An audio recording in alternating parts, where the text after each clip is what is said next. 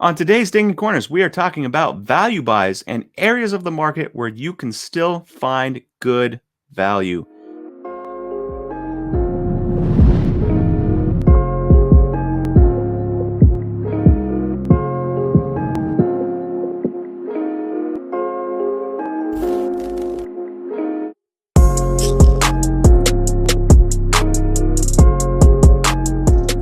Welcome, everyone, to Ding Corners, a baseball podcast powered by SlabStox.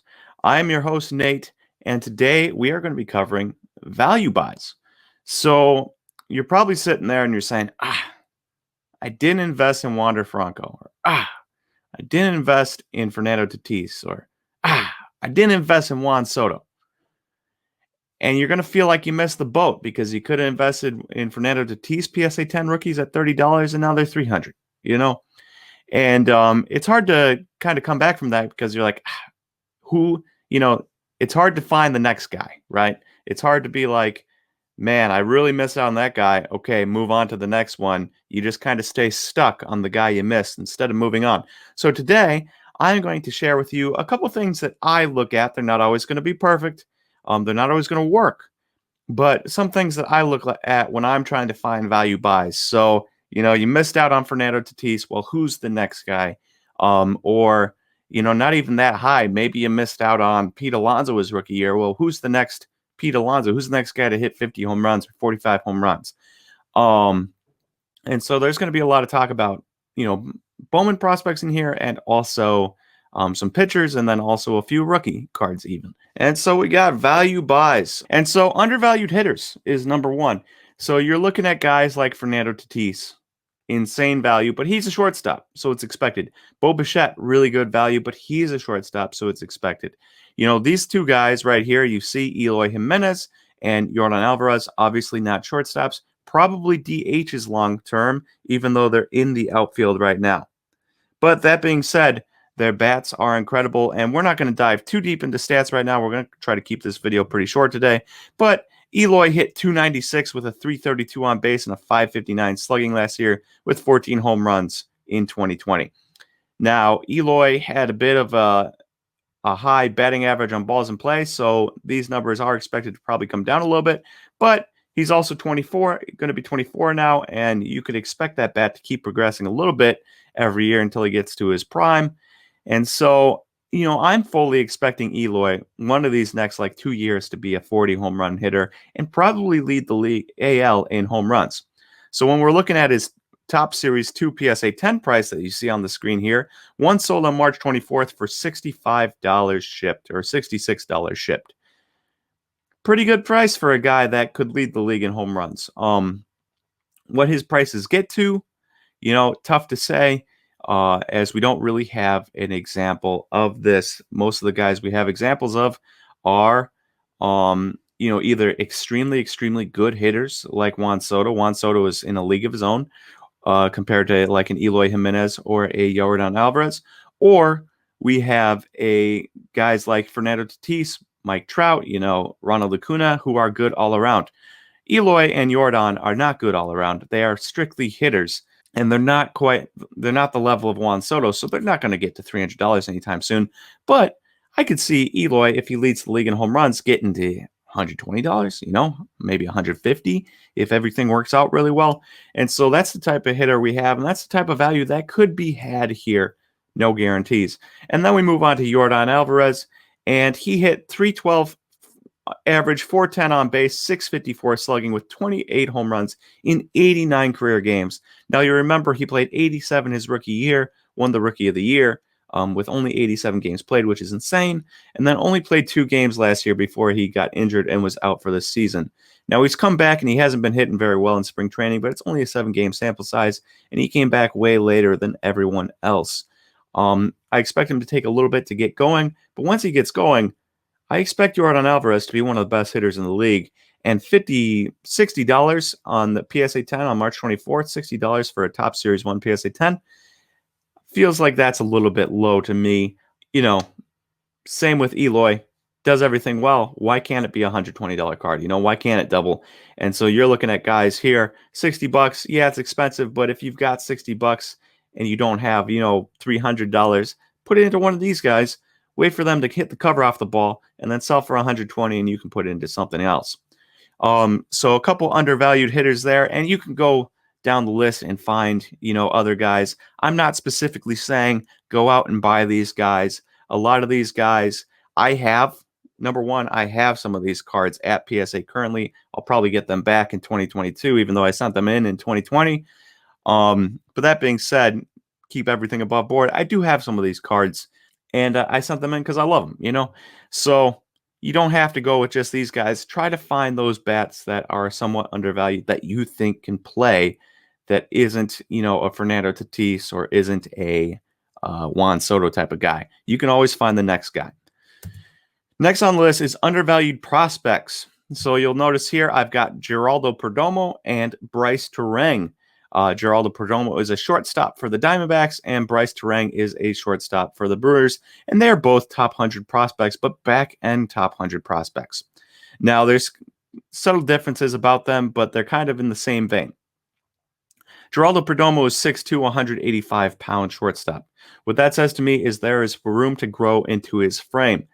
You'll notice down below he's got Fangraphs gave him a 55 hit, a 55 speed, a 55 field, but a 45 power. Now, the reason I'm interested in him is because that 45 power has room to grow because he's 6'2", 185 pounds. What happens when he gets to 6'2", 205, right? More muscle, better bat speed, more power, right? And then the most interesting thing about Geraldo Perdomo is that you're looking at 169 walks to 148 strikeouts in his career. Young guys just don't do that. Wander Franco does that. Most young guys do not do that. That is insane eye to have more walks and strikeouts, especially out of shortstop position like a Geraldo Perdomo. So on March 21st, $100 for a PSA 10 feels like it's a gamble. It's a gamble because you don't know if his power ever comes. You don't know if he puts on weight and gains that power. But if he does, he has good hit tool, incredible eye, good fielding, good speed. You add at least average power onto that, and you're looking at a top 50 prospect, right? And so $100 here, that might be up to $200 if he adds power this year. It's a risk. It's a risk. You never know if a guy's going to add weight, add power, but I would be willing to bet on a guy like this who has an amazing eye and who has a frame that can fill out with other tools that are all above average. Every tool he has except for his power is above average. So you add that all together, I'm willing to bet on the power coming. And then on the other side, you got Bryce Terang. Now he's 6 foot, 175 pounds, so there isn't a huge frame to grow into here, but it has been reported that he did add on weight and was hitting for more power and was the most impressive hitter in Brewers summer camp last year. Take that with a grain of salt. Mostly that is Brewers team writers reporting that and stuff. So, they might just be pushing an agenda. I don't know. That being said, I'm willing to bet on that, on the fact that he does have power, because you look down here, 40 hit, 40 power, 55 speed, 60 field, and 55 arm from Fangraphs. Now, I think the 40 hit is a little bit low. I don't know if it's as high as MLB Pipeline gave him a 60 hit this year. Fangraphs is giving him a 40 last year. We'll see what it updates to this year. They haven't updated Bryce Terang's profile yet on Fangraphs.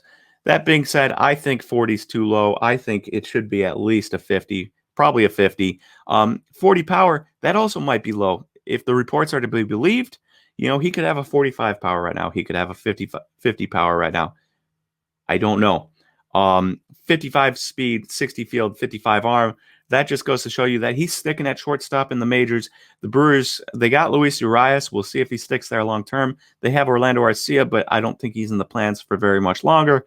And so Bryce Terang is definitely the shortstop of the future. And if the Brewers have proven anything, it's that they have a very long leash if you can play defense at shortstop, because they've been giving Orlando Arcia, who's running an anemic bat out there, multiple years of starting job at shortstop despite being terrible. And so you got a guy like Bryce Terang that can run out there for multiple years and give it his best shot, and maybe one of those years he pops off. But I'm expecting him to pop off now. And then you look down to the bottom, and he had 114 walks to 135 strikeouts. It's not quite Geraldo Perdomo, 169 walks and 148 strikeouts, but it is incredibly, incredibly good. He has a great eye at the plate. I think his hit tool is a little bit better than they're giving him. I think his power is going to pop off a little bit. And you're looking at great defense. And so good speed, great defense, maybe a 280 hitter with 15, 20 home runs. Sounds like a top 50 prospect to me, potentially. And if that's a top 50 prospect, this $90 card could be, $150. You might not be making double, but it's decent. And so this is the type of guy I'm looking at. Good walk rates, frame to fill out, or rumors that he's already filled out and has that power with him already. And these are just two examples. There's a myriad of examples. They're all risky. They might not get that power, but having a good walk rate, having a good defense, speed, should keep you on the field long enough to be able to figure out if you're going to get power or not. And so Geraldo Perdomo and Bryce Terang are just two examples of guys that could pop off, and there are many more. And those are the type of guys that I think are undervalued and that you can find value in, because $100, Geraldo Perdomo base auto non-graded were like 40, Bryce Terang's like 20. So you don't even have to get a graded card. You can go non-graded. Full disclosure, Bryce Terang, Brewers prospect. I do have some autos of him. I am high on him, but that's mostly because he's a Brewers prospect and less of to do with, being super good. All right, pitchers. Pitchers are always undervalued. Most of you watching this right now are saying, I'd never invest in a pitcher. I would never invest in a pitcher. Well, I'm here to tell you that Aaron and I have made money on pitchers, and there is value there. It's risky. One bad pitch and you're out for a year. Tear your elbow, destroy your shoulder, and you're out for a career. But the value is baked in because the prices are so cheap. You're looking at guys like a couple of years ago, guys like, I bring up Josiah Gray all the time, but I'm going to bring up again. Interesting pitching prospect, $3. $3, now he's a $25 card, right? We'll bring up Nate Pearson in a little bit, but there's always value to be had. So when I'm looking at pitchers, I'm trying to find guys that have nasty stuff with less command that I think a good team can develop his command. So when we're looking at it, Aaron Ashby is a guy I bought a gold shimmer of for $30 a couple months ago because I wanted him because he's a Brewers prospect and I'm high on him.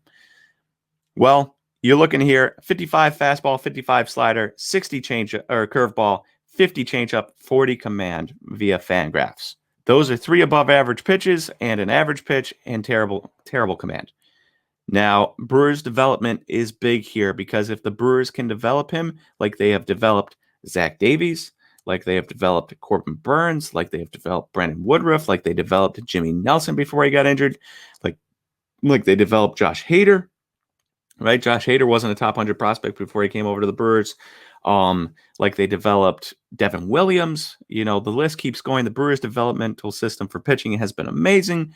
And they've got guys like Ethan Small and Antonio Kelly in the system, along with Aaron Ashby. And if the Brewers can get him to get at least maybe average command, you're looking at a mid-rotation starter at least, if not better, with those pitches. And so Aaron Ashby for $25 or $30 for a green shimmer, and that's probably a little bit high. I think the prices have gone down a little bit. He was killing it in Brewers spring training. Pretty good gamble. That's the type of guy that you spend $20 on a green shimmer, and he does really, really well in Double-A this year, and prices go up to $40, $60 for a green shimmer. And, it's not huge money, but if you don't have huge money, take your $20, turn it into $60 later. You didn't need the $20 anyways right now. What are you going to do? Spend it on Culvers, right? In and out. So Aaron Ashby, one of those guys. And then Shane McClanahan for the Rays, 65 fastball, 60 curveball, 45 changeup, 40 command. Now, Shane McClanahan's a little bit iffier in that he only has 2 good pitchers right now. And if you have only 2 good pitches, you usually get relegated to the bullpen. Freddie Peralta, Brewers prospect, a couple good pitches, fastball specifically, but didn't have that third pitch. Now he's working on the third pitch, and he's been starting in spring training. He's been killing it. And so Shane McClanahan's going to need to get that changeup up if he wants to be a starter. But with the Rays developmental system, I think he could at least get an average changeup, and if he can get to average command, he could be an absolute stud. And so you're looking here, $21 for a base auto on March 24th for him. 21 bucks, that's a pretty easy deal. If he pops off like a couple guys on the next slide pop off, there's huge value there. And again, these are only two guys, Aaron Ashby and Shane McClanahan. There's multiple other guys that you could get. I talked about Antonio Kelly. He's another Brewers prospect that Brewers scouts are extremely high on, and also other outside of the Brewers organization are high on. There, tons of people are ranking him in the top 5 of the system, and he's the type of guy that could jump into a top 100 prospect list this year if everything goes right. And, we're not even talking about him on here, right? And so there's plenty of guys. There's number just in the Brewers system, but you could go to the Rays system. You could go to the Dodgers system. There's plenty of guys that are going to be cheap that you can find and buy into cheap and just wait for them to pop off and sell. And I know a lot of people dodge pitchers, but if you're looking for value, and prices have gone insane for a lot of guys in the minors. I mean, Garrett Mitchell came out and he's $225 base auto right now after a couple good weeks in spring training. Like, do you want to pay that? Probably not. You can move down the list towards $20 pitchers or cheaper and get good deals and make just as much as you'd make on a Garrett Mitchell. You'll just have to do it like 10 times over, right? Now, pitchers that I have talked about in the past, some have worked out, some have not, right? And so for a guy that worked out, Nate Pearson is one of them. And I love Nate Pearson coming out of the draft. Very interesting. 2018, drafted in 2017, 2018 prospect list for Fangraphs gave him a 70 fastball, 55 slider, 55 changeup, 45 command. Now, at the time, I was like, okay, this arsenal is incredible. You're looking at Josh Hader, who's one of the top relievers in the game, and 2019 top relievers in the game. I'm like, if you buy into Nate Pearson and he doesn't work out starting wise, he should at least work out as a closer. And they were $15 a base auto at the time, all the way down to $10 a base auto at the time. And Josh Hader was like $15 a base auto. So there wasn't really much room for him to fall, because at his lowest, he was going to be like one of the most dominant relievers in the league. Well, now you go to 2021, and it's a 70 fastball, 70 slider. So his slider has gone up a grade and a half, 55 changeup, and 50 command. So his command has got to league average, and that is what you want to see out of these guys. They don't need 60 command with how nasty their stuff is. They just need decent command where they can throw strikes most of the time. Occasionally, they'll have a game where they lose it and walk like 6 guys, but who cares when you're striking out as many guys as Nate Pearson is going to be striking out? And so you're looking at $220 on March 19th for a base auto PSA 10. And that's the type of potential some of these guys have. Now, they don't have a 70 fastball like Nate Pearson does, but you get up to a 60 fastball and you get a couple of those other pitches to be above average and decent command, and you're looking at Nate Pearson upside. Now, it's hard to do. But there is potential there, and if I'm spending $20 on a guy and grading it for 25 or buying an already graded card for probably 50, solid value here. If he can turn into even Nate Pearson light, why can't it get up to 100, right? And then a guy that hasn't really worked out. Oh, and then lastly, I was going to show at the bottom of the page. At the bottom of the page, you see a Nate Pearson 2017 Bowman Chrome Orange Refractor number to 25, BGS 95. And you'll see on March 25th, 2018. So today is March 25th, 2021. 3 years ago today, a orange number to 25 BGS 95 sold for $260. March 19th, $220 for a base auto. That orange nowadays is $1,000+ easy. So that's the type of value we're talking about here. Huge value in guys like this if they can pop off. And if they don't pop off and they don't make it to the majors, you're hoping they just do well in Double-A, and you can make money there. Because if they do well in Double-A, your $20 investment becomes $40, and you can sell out before they even sniff the majors, right? Take value where you can get it, and maybe buy a couple, hold on to one, see if he becomes Nate Pearson, and take your money on the other ones. And then a guy that didn't really work out but has worked out, Shane Baz, For the Rays, he was a Pirate. You can see that on the card here. He was a Pirate, but he got traded to the Rays in the Chris Archer deal, along with Tyler Glasnow and Austin Meadows. 2019, Fangraphs gave him a 60 fastball, 60 curveball, 50 changeup, 60 cutter, and 45 command. The 45 command obviously is a little bit better than Aaron Ashby and Shane McClanahan, but still not average. But everything else was great. And so he was another guy where I was like, hey, look, if he doesn't pan out as a starter, he could be a dominant reliever.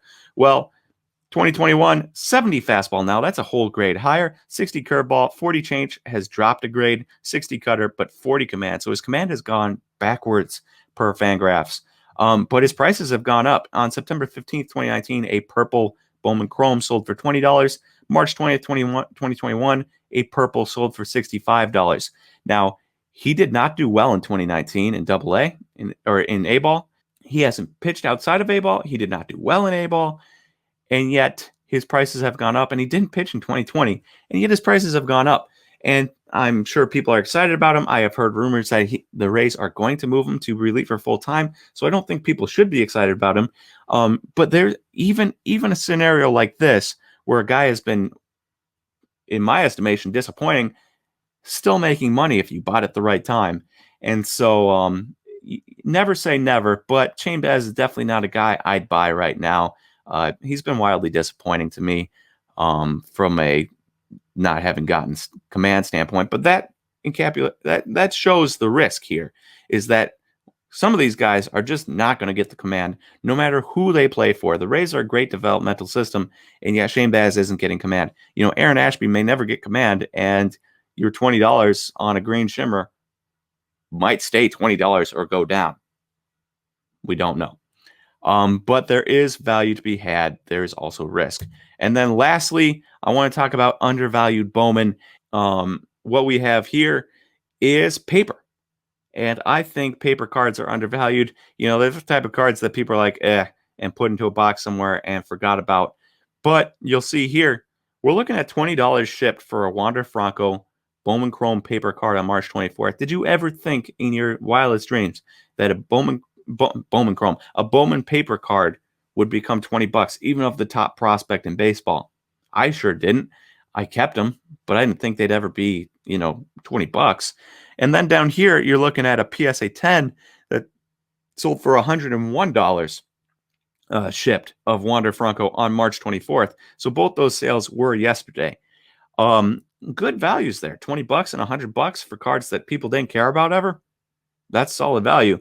Now you move to the other side of the page, and you've got Marco Luciano. And the reason I bring him up is because his non-graded Bowman paper is this one sold for $4.25, but you can find them as high as like $6. So say $4 to $6 for a Bowman Chrome paper, and that's shipped. That is half the price. That's a third of the price, a fourth of the price sometimes of Wander Franco paper. And then his Bowman paper PSA 10, $83 shipped, and that is significantly closer to Wander Franco's $100 paper PSA 10. Now, the reason for that, you can see Pop Reports. Wander Franco Bowman paper PSA 10s, there's 4,816 out of 6,494. There's a ton. Marco Luciano, there's 408 out of 591 total graded. So there's none here. People are going to be sending them in. There's going to be a lot more coming back. Now, the reason I bring up Marco Luciano is because he's the type of guy, there's not many guys in the majors or in the minors that you can say, wow, he looks like he's going to be a number one prospect in baseball. Once Wander Franco's gone, there's only a handful of guys. Marco Luciano, CJ Abrams, maybe a Julio Rodriguez, even though he doesn't play like the right position technically. And people don't love, like, he's not a great defender, not great on the base pass, so he's really a bat only guy. But he could make it up there, right? Potentially. And so there's only a handful of guys that look like they could become the number one prospect in baseball. Marco Luciano was one of them. And so when I'm looking at him and I'm saying, I don't even care about the PSA 10 grade. If you have some, find the good ones, send them in for $25. There's going to be a lot more graded, but by the time you get him back, hopefully he's the number one prospect, and this price doesn't drop at all, and maybe it goes up to like $100 like Wander Franco's. Wander Franco, you got to remember, plays for the Rays, Marco Luciano plays for a significantly bigger market in San Francisco for the Giants, and that should help prop his market up more than like a Wander Franco does, even though Wander Franco's been the number one prospect in baseball for 2 years. So I'm just paying attention to the Bowman paper. Now, I have bought some of these, or I own some of these already, and $4.25, $6,